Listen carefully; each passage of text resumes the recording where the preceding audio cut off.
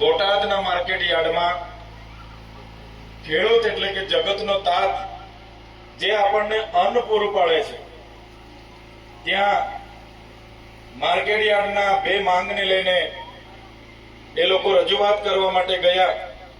એક બાજુ સરકારે જાહેરાત કરી કે સરકાર ટેકાના ભાવ 1622 રૂપિયા કપાસ એક મણના કપાસના આપશે અને 1200-1250 રૂપિયા વેપારીઓ આપીને જ્યારે લૂંટ કરતા હોય એ જ પ્રકારે મગફળી, મકાઈ જેવી બાબતોની રજૂઆત કરવા માટે જ્યારે ખેડૂતો માર્કેટ યાર્ડમાં ભેગા થયા અને ચેરમેનને ખાલી બે માંગણી કરી, ત્યારે આ બે માંગણીનું નિવારણ લાવવાની જગ્યાએ, એનું સમાધાન કરવાની જગ્યાએ ખેડૂત આગેવાન રાજુ કરપડાને પણ ધરપકડ કરી લેવામાં આવી। અને એનાથી પણ વધારે દુઃખદ બાબત, ગત રોજ હળદળ ગામમાં, જે બોટાદથી 3 કિલોમીટર હળદળ ગામ છે, તે હળદળ ગામમાં જ્યારે ખેડૂતો એક પંચાયત બોલાવી કે ભાઈ આપણે હવે આગળ શું કરી શકાય, ખેડૂતને ન્યાય કઈ રીતના મળશે, સરકારને કઈ રીતના વાટાઘાટો કરીએ, આવી સામાન્ય બાબતમાં ખેડૂતોએ બધા ભેગા થયા। ત્યારે એ હળદળ ગામને પોલીસ દ્વારા, ભાજપ સરકારના ઇશારે પોલીસ દ્વારા આખું ગામ ઘેરી લીધું અને ઘેરી લીધા બાદ ખેડૂતો પર લાઠીચાર્જ કરવામાં આવ્યો। ખેડૂતો જગતના તાતને મારવામાં આવ્યા। કેટલાક ખેડૂતો નાસભાગમાં ઘરોમાં ઘૂસી ગયા તો ઘરોના દરવાજા તોડી નાખવામાં આવ્યા અને ખેંચીને ત્યાં મા બહેનો હતી એમને પણ ડરાવવામાં આવીને ખેડૂતો સાથે જે અત્યાચાર થયો છે, જેનો અમે સખત વિરોધ કરીએ છીએ અને આજના દિવસને કાળો દિવસ મનાવીએ છીએ। અંગ્રેજોના શાસનમાં પણ આટલી બધી તાનાશાહી નહોતી। 30 વર્ષના આ ભાજપના શાસનમાં જગતનો તાત એ માત્ર ન્યાય માંગે છે, એને કોઈ અંગત સ્વાર્થ નથી।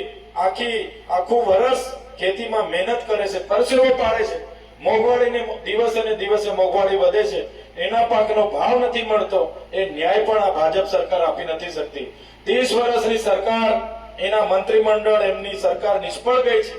ત્યારે કૃષિ મંત્રીએ રાજીનામું આપી દેવું જોઈએ અને જે ખેડૂતોને મારીને પોલીસ દ્વારા ડિટેન કરીને, ધરપકડ કરીને 250 જેટલા ખેડૂતોને પૂરી દેવામાં આવ્યા છે, એમને આજે પાણી પણ નથી આપવામાં આવતું, જમવાનું પણ નથી આપવામાં આવતું।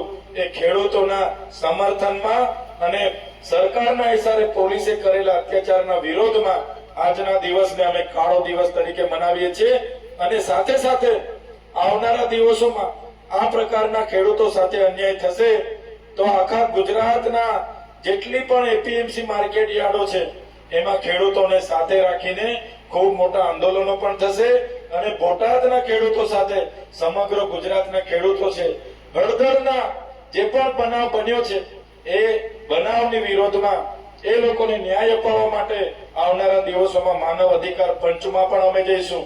આમ આદમી પાર્ટી અરવિંદ કેજરીવાલજી ની આગેવાનીમાં સમગ્ર ગુજરાતના ખેડૂતો સાથે અમે છે અને જે પણ પોલીસ અધિકારીઓ અમાનવીય વ્યવહાર કર્યો છે એના પર કડકમાં કડક આવનારા દિવસોમાં કાયદેસરની કાર્યવાહી થાય, અમારા ખેડૂતને ન્યાય મળે એ પ્રકારના આવનારા દિવસોમાં કાર્યક્રમ આપીશું।